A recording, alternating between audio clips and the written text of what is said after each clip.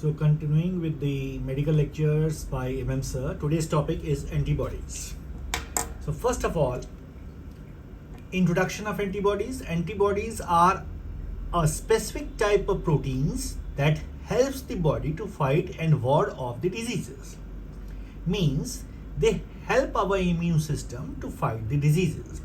For example, if we take the example of a COVID, which is spreading viruses nowadays, antibodies start appearing in the person's body after they are fully recovered from the COVID-19, thus providing the immunity that helps their body to resist and protect against the getting the disease again. So, now definition. Antibody is a large protein constitutes of the gamma globulin produced by the plasma cell. So, this is the definition, and it's a protein. It is used by the immune system to identify and neutralize the pathogens such as bacteria and viruses. Antibodies are also known as immunoglobulins.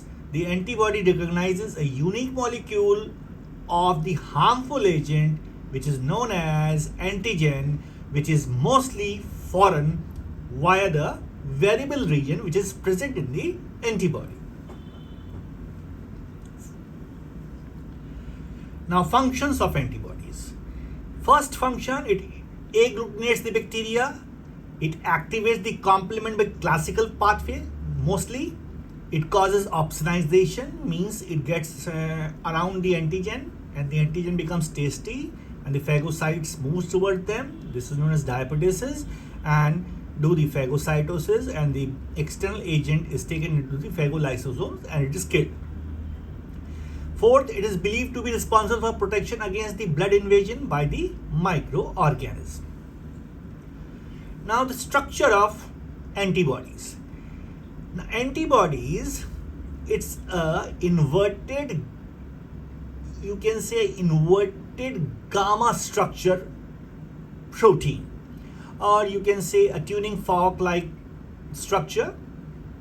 So immunoglobulins are inverted gamma proteins, and they are glycoproteins, consist of two pairs of polypeptide chains. These are heavy chains and light chains. So one pair of heavy chain and light chain.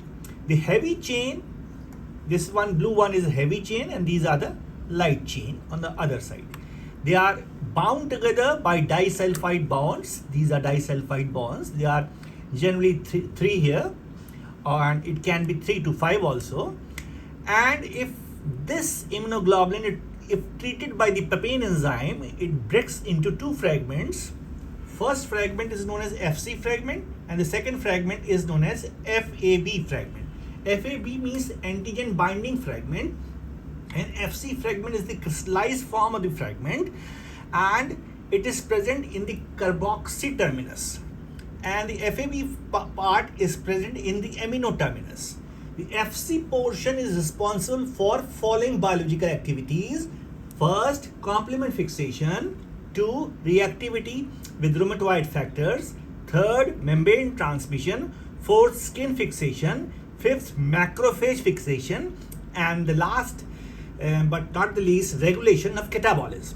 Beside this, they also help, this FC fragment also helps in aggregation of platelets and killer cell activation.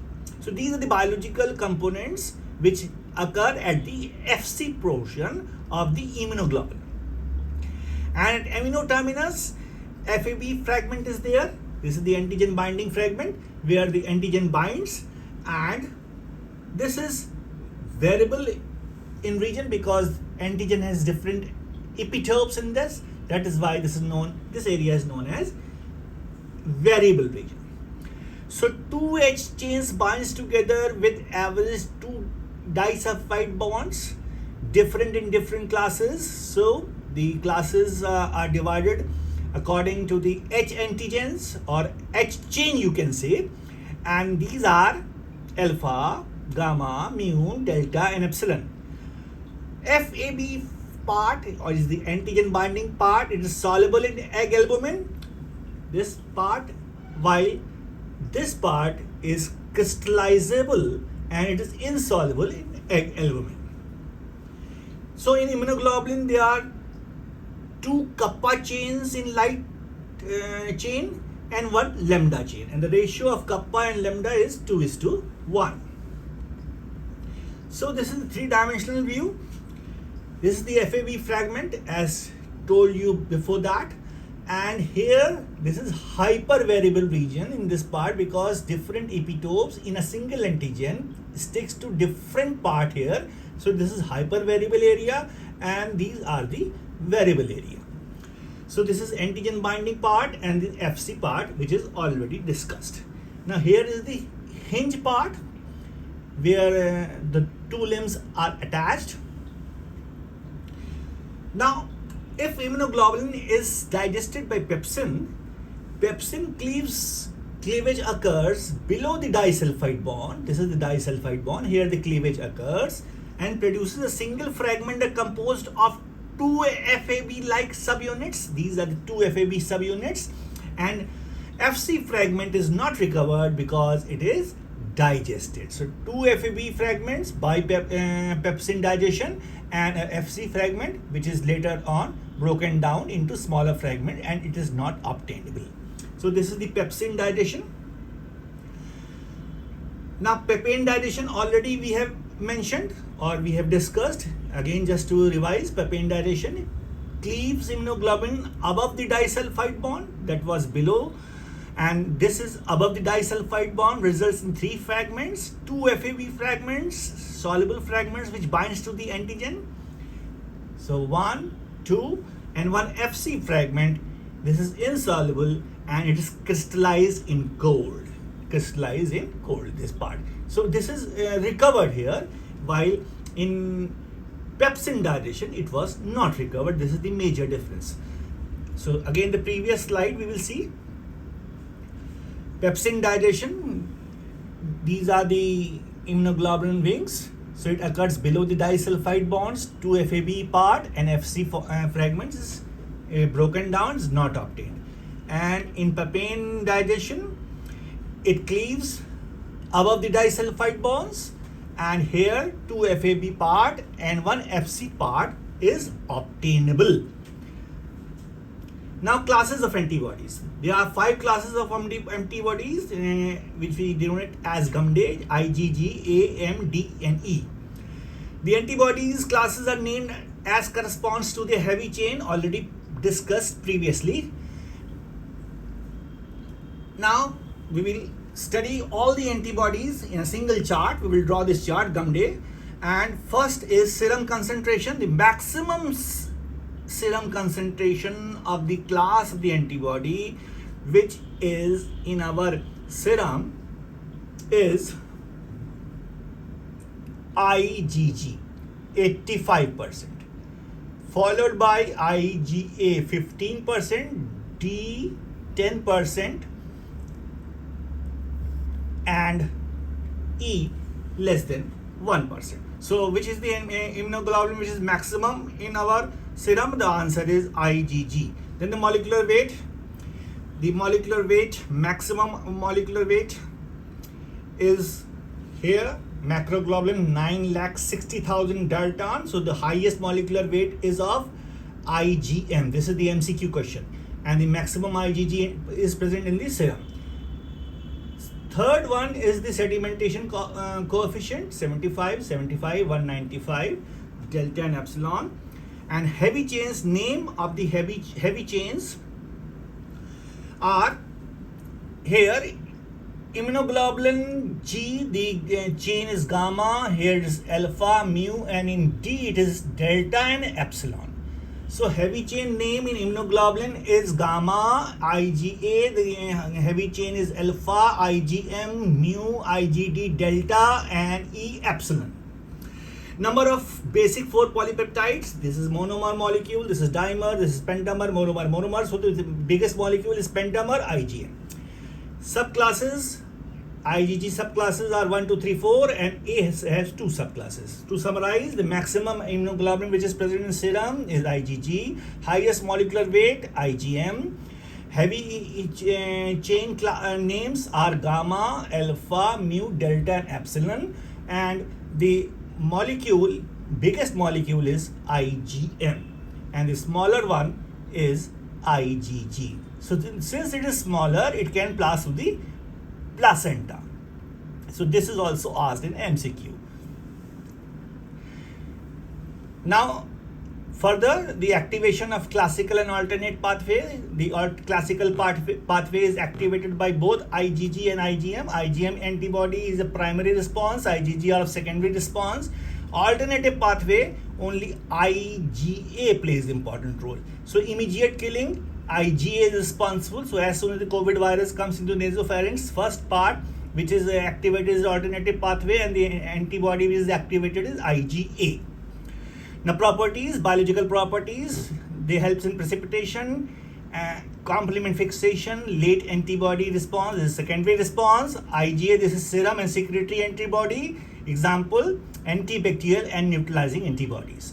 This IgM helps in agglutination, opsonization, complement fixation, and it is the antibody of primary response. IgD, nothing is known, only the beta cell activation is there, and the IgE is used for anaphylaxis, this is hypersensitivity or extracellular reaction or allergic reactions. Principal site of action of IgG is in serum, IgA secretion, IgM serum. So serum, this is secondary, this is primary response, this is secretion. Receptors for beta cells, and here IgE mast cell activation, or mast cell is the site where the degranulation takes place and the release of histamine, serotonin, slow releasing substance A and prostaglandins, bradykinins, and platelet aggregation factors are released. So the placental transfer can only occur through the monomer IgG present in milk, IgG because the monomer, and the secretory antibody IgA. So selective secretion by seromucous glands in human body is by only IgA. Intravascular distribution maximum percentage is IgM, and carbohydrate percentage maximum is IgD, and half-life is very important for MCQ. IgG has 23 days, A6, M5, D2 and E2. This means, first of all, IgM antibody starts as soon as the disease starts, just after IgA, and then the half-life is maximum of IgG, which is antibody of secondary response. So this is the antibody of primary response, this is secondary response, this is secretory antibody. So the maximum half-life is of IgG. Now this is again a summarized chart. This is a pentamer molecule, monomer, dimer, monomer.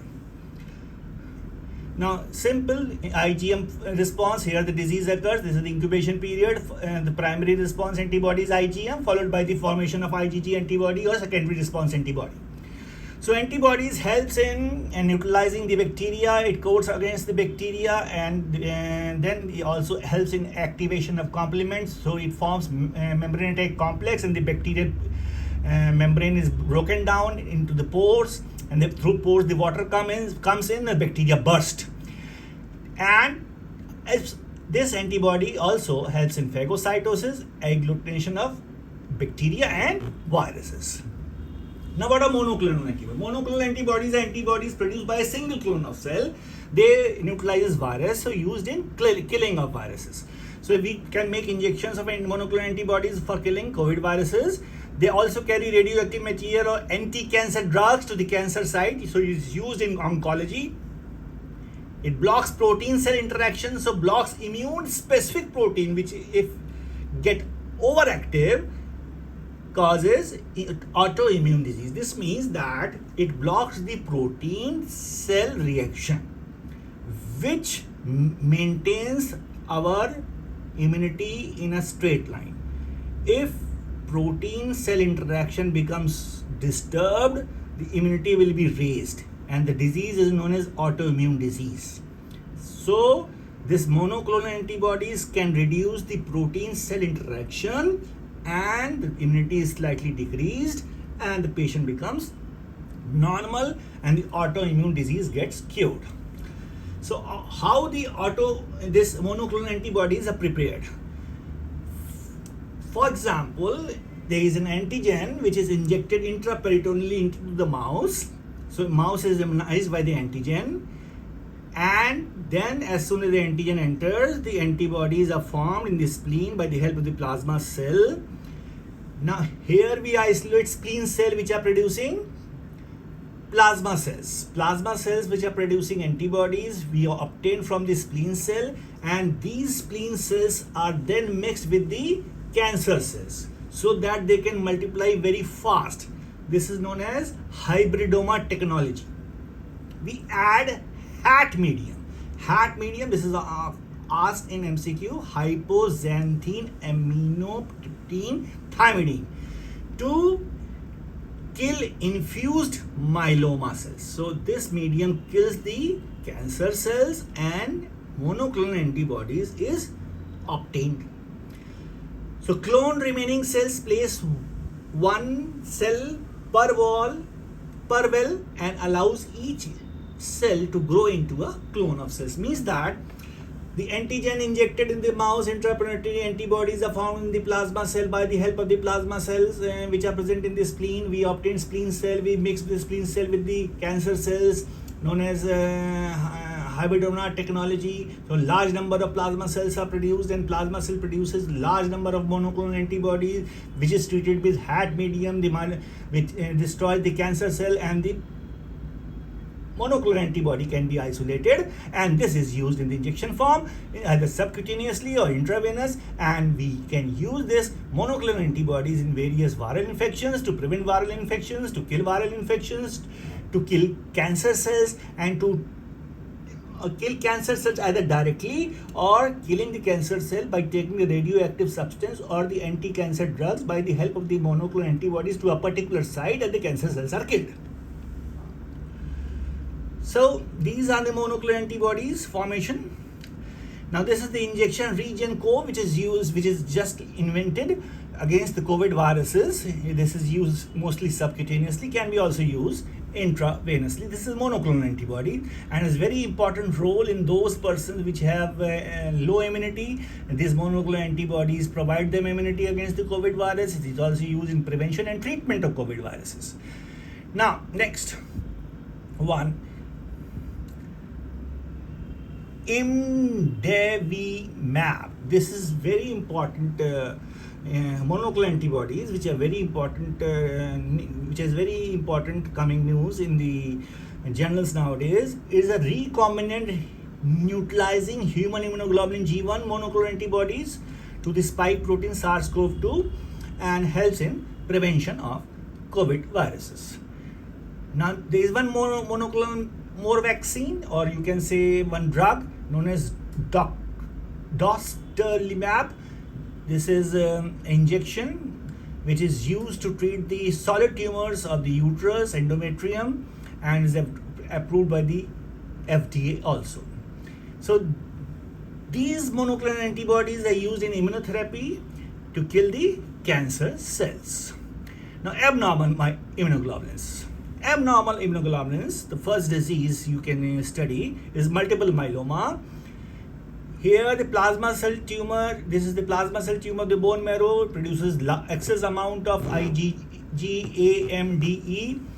and 60% of the myeloma proteins which are produced in multiple myeloma, which is the bone marrow cancer, you can say are IgG. What are the symptoms? Bone pain, fractures in the hip and shoulder, frequently infection, weakness and numbness in the toes. Now in the chart we will have a multiple myeloma on a single side, another side will have monoclonal gammopathy of undetermined significance, which is less clinically important, which has a good prognosis. Multiple myeloma also has a okay prognosis, you can say better prognosis with the help of the drugs, otherwise it can be lethal. So age, multiple myeloma occurs in more than 50 years, incidence is less common, that is more common. Plasma cell, here they are more than 10%, they are less than 10%. M component band which is obtained by the electrophoresis more than 3 gram, less than 3 gram. Brens-Jones proteins are present here, absent here. Clinical features, lytic bones or fractures are seen with hypercalcemia, renal failure and anemia, nothing seen. Then plasma cell acid phosphatase and glutamate is high here, low here. The treatment here is required and here it is not required. So multiple myeloma is a plasma cell tumor producing large amount of the plasma cells. Now this is the normal electrophoresis of the blood when it is done. Here this is the albumin peak followed by alpha 1, alpha 2, beta and gamma. This is the normal person's peak. And in multiple myeloma, this gamma peak occurs, which is not seen in the normal individuals. So alpha, alpha 1, alpha 2, beta, and a gamma peak is seen. Now, Benz-Jones proteins are also seen in few percentage of the multiple myeloma patients. Benz-Jones proteins are light chain of immunoglobulin that has kappa and lambda in 50% myeloma patients. What happens here? If the urine is heated at 60 degrees centigrade, it coagulates, and this is the coagulation occurs. And if it is again heated more 80 degrees centigrade, it gets dissolved. Now in multiple myeloma, you can see these are the punched out appearance in the skull, and this is the resorption of the brain and the lytic lesions which are seen in multiple myeloma. Now one more disease in abnormal immunoglobulin factors, heavy chain disease in cryoglobulinemia. Heavy chain disease is a rare condition in which abnormal heavy chains are excreted in the urine, such as gamma chains in malignant lymphoma and alpha chains in intestinal lymphoma. Cryoglobulinemia is the presence in blood of cryoglobulin. Large amount of cryoglobulin is present in the blood, and it is often associated with macroglobulins made up of G and M. Now we come to the MCQ part now, which is not seen in multiple myeloma. Anemia is seen, hypercalcemia, ESR is raised, so increased alkaline phosphatase is not seen. Why? Serum alkaline phosphatase is usually normal with extensively bone involvement in multiple myeloma. This is a reference taken from the Harrison, and the laboratory parameters in multiple myeloma are normocytic normochromic anemia, ESR raised, hypogammaglobulinemia. Second question, raised alkaline phosphatase seen all except? Answer is B. Again, it is reversed. So multiple myeloma, serum alkaline phosphatase is usually normal and can be elevated in other conditions of bone, liver, placenta, and small intestine. So here is a chart of showing alkaline phosphatase raised levels. This is physiological and these are pathological conditions. Physiological alkaline phosphatase raised in patient over 60 years, late in normal pregnancy, bone-derived alkaline phosphatase increased in Paget's disease, rickets, and osteomalacia. In liver diseases, it is increased in Hodgkin's disease, diabetes, hyperthyroidism, CHF, and inflammatory bowel disease. Maximum ESR is seen in answer is C, multiple myeloma, CHF, polycythemia, sickle cell, not. You can say the maximum part of the ESR or more ESR is raised in multiple myeloma. Now we will see the condition where ESR is raised. First is polycythemia, CHF, sickle cell anemia, apheresis.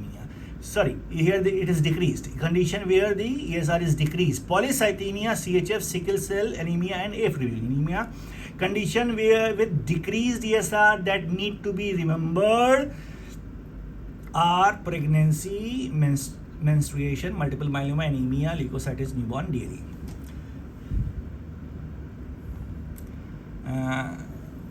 I think this is ESR increased also. Yes, it should be increased here. Commonest site of the lytic lesion in multiple myeloma is vertebral column, femur, pelvis, which is the commonest site in multiple myeloma. Answer is vertebral column.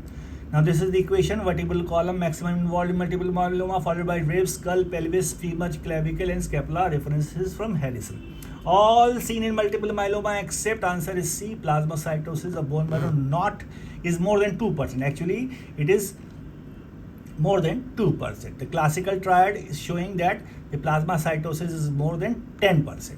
Lytic bone lesions, serum or urine protein present. True about multiple myeloma is all except answer is D, which is not true. Protein cast in urine are made up of complete immunoglobulins. Protein cast in urine are made up of light chains only, not complete immunoglobulins. So last one, which is the prognostic indicator of multiple myeloma, answer is beta 2 microglobulin. If it is less than 0.04, the survival rate is good, and it's more than 0.04, survival rate is only 12 months. So this is about the, you can say, multiple myeloma. Now, Waldenström macroglobulinemia is also a monoclonal gammopathy characterized by lymphoplasma cytoid cell that secrete IgM. Component is only IgM and not IgG. Now, last one, Franklin disease associated with answer is A, gamma heavy chain disease. So, gamma heavy chain disease is seen in elderly resembling lymphoma, Franklin disease. Alpha chain is seen in Seligman's disease, and mu chain is seen in CLL. Thank you.